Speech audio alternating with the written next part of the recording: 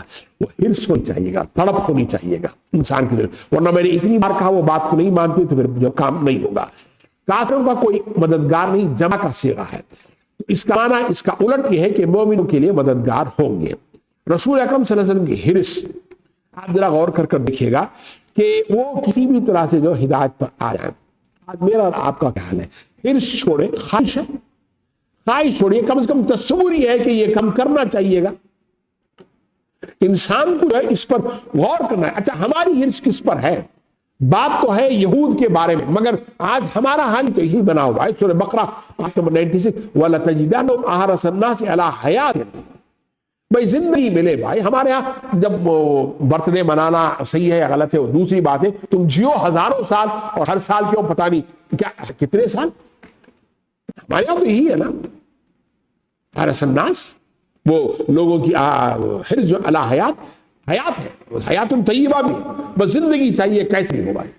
مترادف دیکھ لیجیے گا 10 میں 99 and 100۔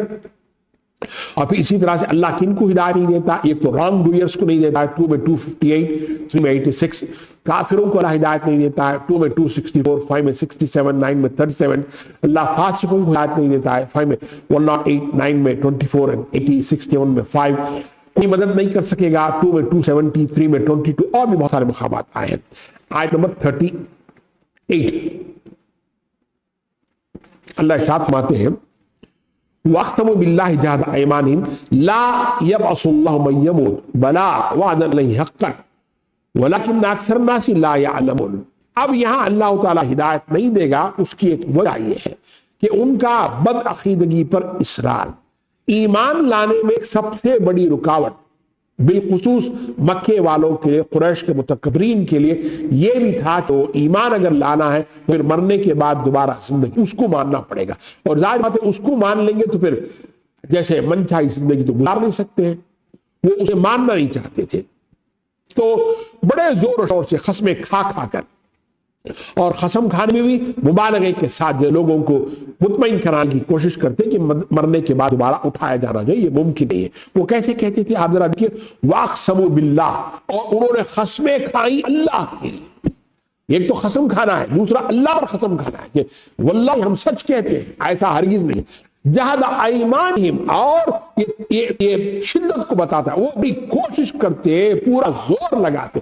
جہد ایمانہم، جہد کہتے ہیں کوشش کرنا، جہاد اسی سے ہے نا، ایمان ہوتے اپنی قسموں میں، اپنے قسموں کو موقت کرنے کے لیے اس میں شدت پیدا کرتے تھے۔ اور کیا کس پر قسم کھائے تھے؟ لا یبعث اللہ من یموت، کہ نہیں دوبارہ اٹھائے گا اللہ جو مر جاتا۔ بھائی کس کون واپس آیا ہے مرنے کے بعد؟ ہڈیاں مٹی میں رل مل گئی، کیا پھر اس کے بعد اللہ زندہ کرے گا؟ یہ ساری باتیں جو بیکار کی باتیں، تو یہ وہ انداز تھا جو کہتے تھے ذالک رجل بعید، یہ تو بہت دور کی بات ہے جو کہتے تھے۔ اچھا بعض لوگوں کے ہاں مکے والوں میں بعض لوگ تو کلیت انکار کرتے تھے، بعض لوگ مانتے تھے کہ دوبارہ زندگی ہے مگر شفاعت باقیہ ہمارے بت ہے بچا لیں گے، یا پھر یہ کہ عقیدہ تناسخ جیسے آج کے ہاں ہے، پنرجنم، پھر ایک نیا رول آئے گا، پھر ایک نیا جنم، پتہ نہیں بلی بنے گا کیا بنے گا، یہ اس طرح کا ایک عقیدہ ہے۔ تو اللہ فرماتے ہیں بلا، بڑا زور اور تاکید کے ساتھ پچھلی بات کی نفی اللہ فرماتے بلا کیوں نہیں، وعدن علیہ، یہ وعدہ ہے اس کے ذمہ، اللہ کے ذمہ کوئی چیز واجب نہیں ہے مگر بات تو موقع کرتا اللہ تعالیٰ بھی، وعدن علیہ حقا، سچا وعدہ ہے اس کے ذمہ، وعدہ پھر مزید تاکید حقا، کہ وہ دوبارہ اٹھائے گا لوگوں کو۔ دوبارہ اٹھایا جانا یہ عقل بھی چاہتی ہے، فطرت بھی چاہتی ہے بھائی، یہ وہ چیز ہے۔ وَلَكِنَّ أَكْثَرَ النَّاسِ لَا يَعْلَمُونَ، مگر اکثر لوگ جو ہے وہ اس بات کو جو ہے وہ جانتے نہیں ہیں، وہ اس کا انکار کرتے ہیں۔ اکثروں سے مراد جو کافر ہے۔ آج میں سبق، آج کل کے روشن خیال حضرات بھی کچھ اسی طرح کا تصور رکھتے ہیں کہ حشر و نشر جو ہے وہ کبھی نہیں ہوگا، یہ محض خوش اعتقادیاں ہیں۔ عقیدہ جزا و سزا دین حق کے بنیادی عقائد میں سے اور عقیدہ توحید کا لازمی تتمہ ہے۔ اللہ تعالیٰ نے اس آیت میں ایک نقلی جواب دیا کہ یہ اللہ کا وعدہ ہے جسے وہ پورا کر کے رہے گا، اور یہ وعدہ سابقہ انبیاء کی زبانی سے لوگوں کو بتلایا بھی جاتا رہا ہے۔ غور کیجئے گا، اللہ تعالیٰ ایک ایک شبے کو لے کر ان کا ازالہ کر رہا ہے۔ پہلے قرآن اساطیر الاولین کا، اللہ نے فرمایا نہیں یہ خیر ہے۔ فرشتے کیوں نہیں آتے؟ اللہ نے کہا کہ وہ آتے ہیں یا تو عذاب لے کر آتے ہیں یا موت لے کر آتے ہیں۔ تیسرا انہوں نے کہا کہ اللہ کی مرضی ہے اسی لیے ہم شرک کرتے۔ اللہ نے کہا کہ پھر اللہ نے رسول اور کتابیں کیوں بھیجی؟ اب ایک اور اعتراض بعث بعد الموت، وہ یا قرآن، فرشتے، عبادت، قرآن، سب اعتراضات اللہ لیتا ہے اور ایک ایک ان کے اعتراض کو جو اس کا رد کرتا جا رہا ہے۔ اکثر مسلمانوں کا عقیدہ آج اس کے باوجود دوبارہ اٹھنا ہے، مگر ہم نے اتنے سارے چور دروازے کھول رکھے کہ وہ عقیدہ ہی اب ٹوتھ ہو گیا ہے، اور اوپر سے شیطان کی لوریاں کہ حالات بڑے ناسازگار ہیں، یا پھر اتنی ساری نیکیاں بھی تو کی ہیں، یا پھر اگر گناہ کیے ہیں تو کوئی مسئلہ نہیں، حج کر لیں گے سارے گناہ معاف ہو جائیں گے۔ یہ سارے وہ جملے ہیں جو ہم کہتے ہیں اور جس کی وجہ سے ہمارے اندر وہ مطلوبہ تبدیلی نہیں آ رہی ہے۔ حدیث بخاری کتاب التفسیر، مسند احمد، ابن حبان، ابو ہریرہ رضی اللہ تعالیٰ عنہ حدیث، رسول اکرم صلی اللہ علیہ وسلم فرمایا، اللہ فرماتا ہے کہ اے ابن آدم تو نے مجھے جھٹلایا حالانکہ اسے زیب نہیں دیتا ہے، اور اس نے مجھے گالی دی حالانکہ یہ بھی اسے لائق تھا۔ اس کا جھٹلانا تو یہ ہے کہ وہ کہتا ہے کہ اللہ اسے پھر زندہ نہیں کرے گا جس طرح اس نے اسے پہلی بار پیدا کیا تھا، اور اس کا مجھے گالیاں دینا اس کا یہ کہنا ہے کہ اللہ نے کوئی بیٹا بنایا ہے، حالانکہ میں احد ہوں، میں صمد ہوں، نہ میری کوئی اولاد ہے اور نہ ہی میں کسی کی اولاد ہوں، اور نہ کوئی میرے برابر کا ہے۔ مترادف 17 میں 49، 35 میں 37، 23 میں 35 to 37 دیکھیے گا، پھر 37 میں 16 اور 17 آپ دیکھیے گا، آیت نمبر 39 دیکھیے گا۔ اللہ نے فرمایا لِيُبَيِّنَ لَهُمُ الَّذِي يَخْتَلِفُونَ فِيهِ وَيَعْلَمَ الَّذِينَ كَفَرُوا أَنَّهُمْ كَانُوا كَاذِبِينَ۔ یہ جو بعث بعد الموت ہے اس کی وجہ کیا ہے؟ اللہ دوبارہ کیوں اٹھائے گا؟ اللہ فرماتے ہیں لِيُبَيِّنَ، تاکہ وہ واضح کر دے، لہم ان کے لیے، الذی وہ چیز کے، یختلفون فیہ جس میں وہ اختلاف کرتے تھے۔ کس میں اختلاف کرتے تھے؟ رسول کی نبوت پر، اللہ کی وحدانیت پر، قیامت پر، بعث بعد الموت پر، سب پر جو وہ اختلاف کرتے تھے نا۔ تو اللہ نے فرمایا کہ سارے اختلافات، ظاہر بات ہے دنیا تو جگہ نہیں ہے جہاں فیصلے کیے جائیں گے، اللہ نے اس کے لیے الگ نظام رکھا ہے، ایک الگ دن مقرر کر رکھا ہے، اس دن اللہ بتا دے گا۔ اچھا اللہ نے بتا دیا بات ختم ہو گئی نا؟ نہیں، اللہ ایک اور بات بتانا چاہتے ہیں۔ کیا بتانا چاہتے ہیں؟ وَلِيَعْلَمَ الَّذِينَ كَفَرُوا، اور جان لے وہ لوگ جنہوں نے کفر کیا، انہم کانوا کاذبین، بے شک وہی تھے جھوٹے۔ جب وہ ان کو تو پتا تھا نا کہ آپ جھوٹے ہیں، تو اللہ تعالیٰ یہ کیوں بتا رہا ہے کہ آپ وہ جھوٹا جو ہے ان کو پتا چل جائے کہ جھوٹا ہے؟ ایک نفسیاتی مسئلہ ہے۔ نفسیاتی مسئلہ یہ ہے کہ انسان جو ہے جھوٹ اتنی مرتبہ بولتا ہے کہ بولتے بولتے ایک وقت ایسا بھی آتا ہے کہ اسے وہ خود سچ سمجھنے لگتا ہے کہ ہاں ایسا ہی ہے۔ تو اللہ فرماتے ہیں کہ یہ وہ دن ہوگا جب ان کو وہ جو ان کا جو غلط فہمی تھی نا کہ ہم سچ بول رہے ہیں شاید، اللہ فرماتے ہیں کہ نہیں، وہ بھی اللہ تعالیٰ دور کر دے گا۔ اچھا آپ جھوٹا کسے کہتے ہیں؟ ہر آدمی تو نہیں کہتے نا بھئی، آپ جھوٹا اسے کہتے ہیں جس کو پتا ہے کہ سچ کیا ہے، اس کے باوجود وہ جھوٹ بولتا ہے، اور اسی کا نام تو کفر ہے۔ وہ حقیقت کو چھپاتا ہے، جانتے بوجھتے جو چھپاتا ہے۔ اس وقت ان کو پتا چل جائے گا کہ حقیقت میں وہی جھوٹے تھے، نبی سچ کہہ رہے تھے، اور وہ اپنے نفس کی بات کو سن کر جو ہے نبی کی بات کو مان نہیں رہے تھے۔ آج ان کے سامنے جو کمزور تھے وہ طاقتور بن کر کھڑے ہوئے، اور جن کو دیوتا سمجھ کر پوجا کرتے تھے وہ سارے کے سارے بودے نکلے، وہ سب اللہ کے محتاج نکلے۔ آیت میں سبق میں آپ کے لیے معاد کا ہونا یعنی آخرت کا ہونا عین حکمت ہے، عقلی تقاضا ہے، اخلاقی تقاضا ہے، اخلاقی ضرورت ہے۔ آج دنیا میں ہر آدمی کہتا ہے کہ میں جو کہہ رہا ہوں حق ہے، میری بات کو مان لو۔ لاکھوں لوگ اس کی بات کو مانتے ہوئے قربانیاں دے رہے ہیں، جانوں کی قربانیاں دے رہے ہیں، مشکلات برداشت کر رہے ہیں۔ دوسرا آدمی بھی کہتا ہے، تیسرا آدمی بھی کہتا ہے، سائنسدان بھی یہی کہتے ہیں، فلسفی بھی یہی کہتے ہیں۔ آخر کہیں تو پتا چلے کہ بھئی یہ سچ کون کہہ رہا تھا۔ پھر تو اگر پتا نہ چلے تو پھر اندھیر نگری چوپٹ راجا والی بات ہو جائے گی۔ اللہ ایسا تو ہے نہیں، اللہ کا نظام ایسا تو نہیں ہے نا۔ تو اللہ بتانا یہ چاہتا ہے کہ ان کو بتا دیا جائے گا کہ اصل بات کیا ہے۔ اچھا دنیا میں نبی کی بات کو وہ ایک حد تک ان کا دل مانتا تھا، اور وہ جو تھا وہ علم کی بنیاد پر تھا۔ اور آخرت میں وہ اپنی آنکھوں سے دیکھ لیں گے کہ فی الواقع یہی سچ ہے۔ قرآن مجید میں کئی مقامات پر یہ مضمون آیا ہے۔ ایک مقام آپ دیکھیے گا سورۃ الطور میں ہے، آیت نمبر 14 سے 16 ہے، ھذی النار التی کنتم بہا تکذبون، یہ وہ آگ ہے جسے تم جھٹلاتے تھے، اب تم دیکھ لو، تم خود دیکھ لو کہ یہ آگ ہے کہ نہیں ہے اور یہ جلال ہے کہ نہیں ہے۔ آیت کا مترادف دیکھ لیجیے گا، 2 میں 113، 5 میں 48، 6 میں 164، 10 میں 93۔ بلکہ رسول کے آنے کا مقصد بھی ایک اللہ بتاتا ہے کہ اختلافات کو دور کر دے۔ 2 میں 213 دیکھیے، 16 میں 64 دیکھیے گا۔ چلیے گا، ہمارا وقت ہو گیا، ہماری بات کو یہیں تک ختم کرتے۔ اقول قولی ھذا استغفر اللہ لکم ولسائر المسلمین والمسلمات۔